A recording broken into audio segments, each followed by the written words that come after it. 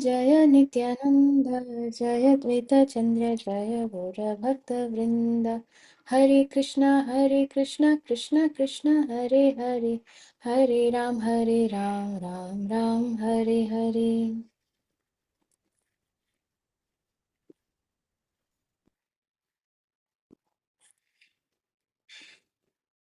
So yesterday we saw that how Mahaprabhu, he was sitting in the house of Chandrasekhar, and then he asked Chandrasekhar to go out and bring the great devotee, the Vaishnava, who was standing outside Chandrasekhar's um, door in the courtyard.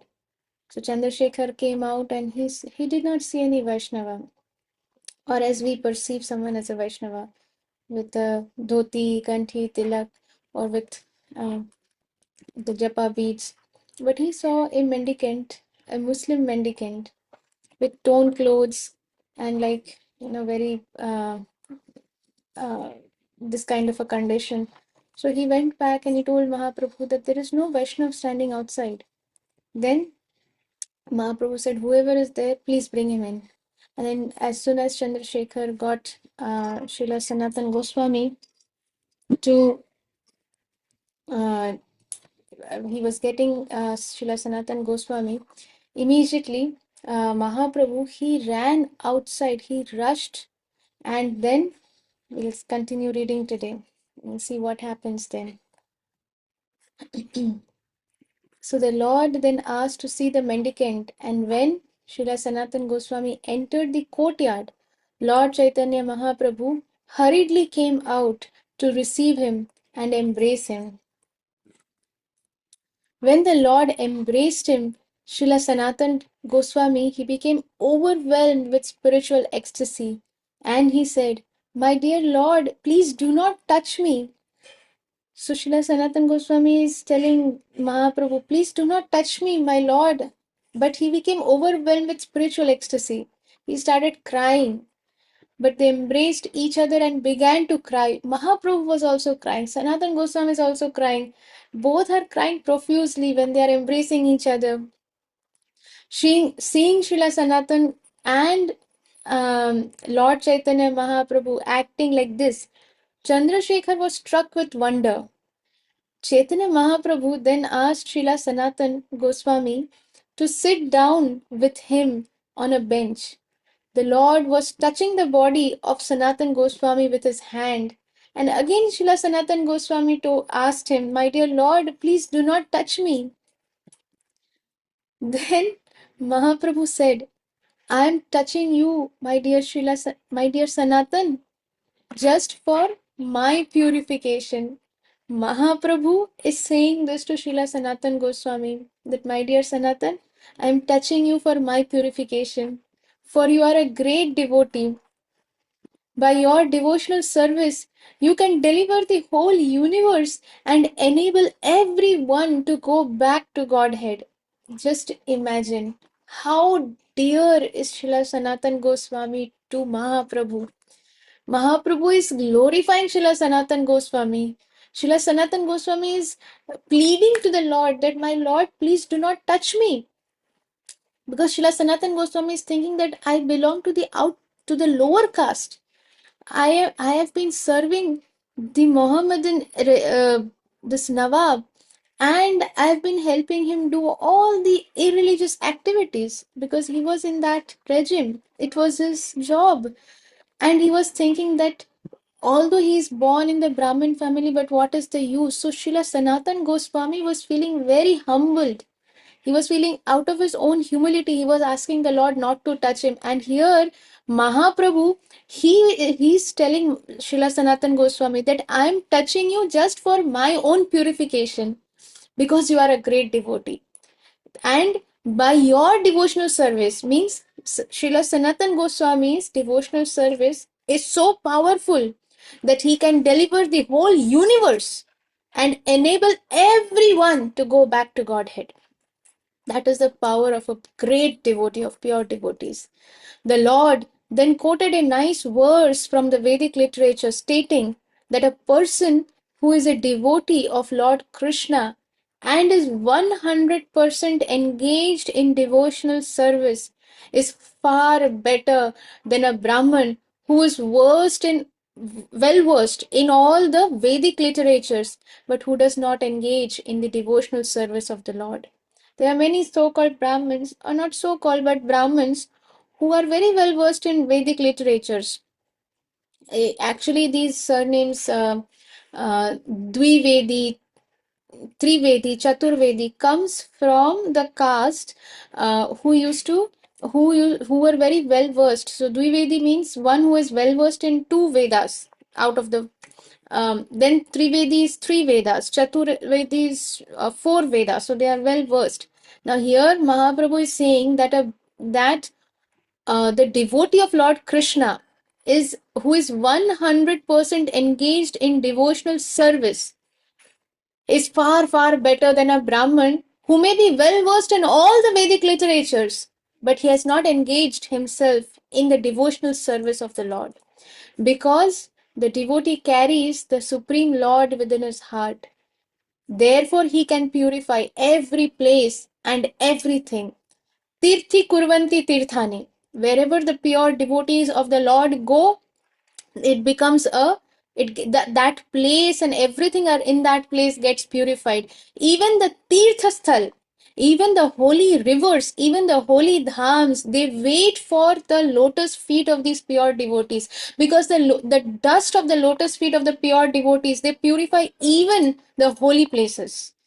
Tirthi kurvanti tirthani. Tirthani means already it is a holy place, or already it is a holy river, but when the dust of the lotus feet of the pure devotees are are when they come in that place, then it becomes fully purified, it becomes a holy place, the holiest place.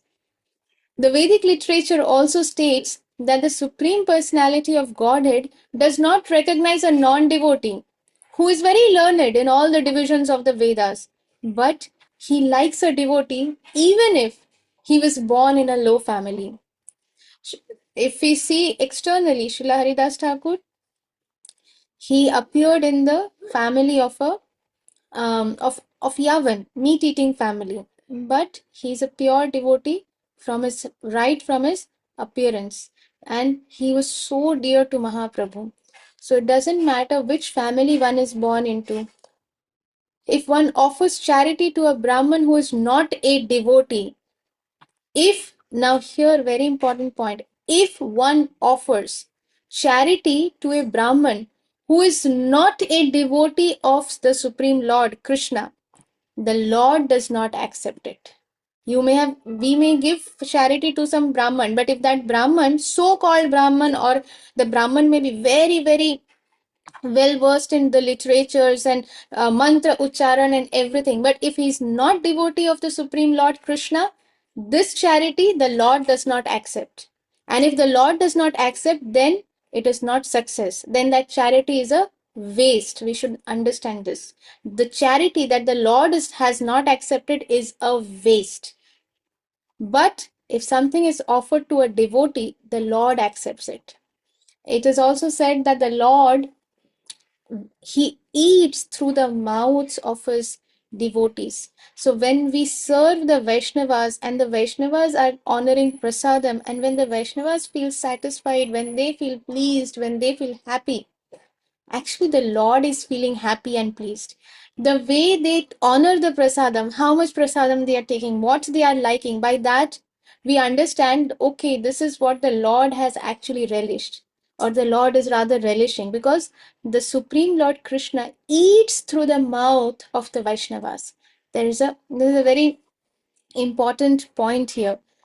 So if something is offered to a devotee, the Lord accepts it. In other words, whatever a person wishes to offer the Lord may be given to his devotees. Chaitanya Mahaprabhu also quoted Srimad Bhagavatam. So here very important point, whatever a person wishes to offer to the Lord, that may be given to his devotees. Because the Lord lives in the heart of the devotees always, his devotees, and his devotees live in his heart. So Krishna lives in the heart of his devotees, and the devotees live in his heart. So whatever we want to offer to the Lord, we should offer to the devotees, to the pure devotees, to the sincere devotees. Chaitanya Mahaprabhu also quoted Srimad Bhagavatam to the effect that even if a Brahman was born in a high family and is qualified with the 12 Brahmanical qualities, he is lower than the lowest of the low if he is not a devotee of the Supreme Lord. So why Mahaprabhu is saying all these things? Because Srila Sanatan Goswami was born in a Brahmin family and then he served in the Muslim Nawab's regime, and therefore Srila Sanatan Goswami is considering himself to be very fallen, to be very impure, to be contaminated, and he's thinking that he has fallen from the position of belonging to this family. He doesn't deserve the Lord's being in front of the Lord. He's thinking that he doesn't deserve to be there. The Lord is being causelessly merciful, and therefore Mahaprabhu is glorifying Srila Sanatan Goswami, and therefore he's saying all these things. It doesn't matter in which family, in which kul, in which how much wealth someone has, or how many qualities they have, or how many subjects they know, or how scholarly they are in the literatures and the Vedas and everything. And of course he doesn't even consider the literature, the Vedic literatures, to be a qualification. Then what to speak of any mundane material subject? So Mahaprabhu is saying that even if a Brahman is born in a high family and is qualified with all the 12 Brahminical qualities. 12 Brahminical qualities are they are tolerant, they are patient, they are learned, they are knowledgeable. So these are the different qualities of a Brahman. Still, he is considered by whom? Mahaprabhu. He is considered the lower than the lowest of the low if he is not the devotee of the Supreme Lord. And who is the Supreme Lord? Mahaprabhu himself. He himself is saying this. Although a devotee may have been born in a Chandal, dog eater family, the family is eating a dog. Dog is considered to be the most impure animal because um, it, it is, as per Shastra, as per our scriptures, it is considered to be the most impure animal. So somebody eating that dog is to be is they are called Chandals. But if a person who is born in a Chandal family is a devotee of the Lord, and by devotional service, such a person can purify not only himself, he is already pure, he is a devotee, but by devotional service, he can purify his entire family, not for one generation, for 100 generations, past and future. Whereas a proud Brahman cannot purify even himself. Lord Chaitanya then said to Srila Sanatan Goswami, quoting the Hari Bhakti Sudhodaya, Akshno phalam twadrisha darshanam hi tano phalam twadrisha gatra sangah जिह्वा फलं त्वादृश कीर्तनं हि सुदुर्लभा भाग सुदुर्लभा भागवता हि लोके अक्ष्णो फलं त्वादृश दर्शनं हि तनो फलं त्वादृश गात्र संगः जिह्वा फलं त्वादृश कीर्तनं हि सुदुर्लभा भागवता हि लोके. O devotee of the Lord, to see you is the perfection of the eyes. To touch your body or to touch the lotus feet of such a devotee is perfection of bodily activities. To glorify the qualities of the devotee of the Lord is the perfection of the tongue. For it is very rare to find a pure devotee like you. Who is saying this to whom? Sri Chaitanya Mahaprabhu is saying this to Srila Sanatan Goswami. He is glorifying Srila Sanatan Goswami with this verse that, O devotee of the Lord, O Srila Sanatan Goswami, to see you is the perfection of the eyes. To touch your body, Mahaprabhu is touching the body of Sanatan Goswami. To touch your body is the perfection of bodily activities. To glorify your qualities is the perfection of the tongue. Because It is very rare to find a pure devotee like Srila Sanatan Goswami. Next, the Lord told Sanatan Goswami, Krishna is very merciful and is the deliverer of fallen souls. He has saved you from that Maharaurav. Maharaurav is the name of one of the hellish planets, Maharaurav. Srimad Bhagavatam describes Maharaurav as a hell meant for persons engaged in killing animals, for it is stated that butchers and animal eaters go to that hell. What happens next and what Mahaprabhu tells Srila Sanatan Goswami, we'll get to hear, we'll get to know about all of that. Krishna willing, tomorrow. We'll continue. Hare Krishna. Jai Srila Prabhupada. Srila Guru Maharaj ki jai, Srila Prabhupada ki jai. Nitai Gaur Premanande, Hari Hari Bol. Srila Krishnadas Kaviraj Goswami Maharaj ki jai, Sri Chaitanya Charitamrit ki jai, and Teachings of Lord Chaitanya book written by our very beloved Srila Prabhupada, Jagat Guru Srila Prabhupada ki jai. Nitai Gaur Premanande, Hari Hari Bol. Hari Hari Bol.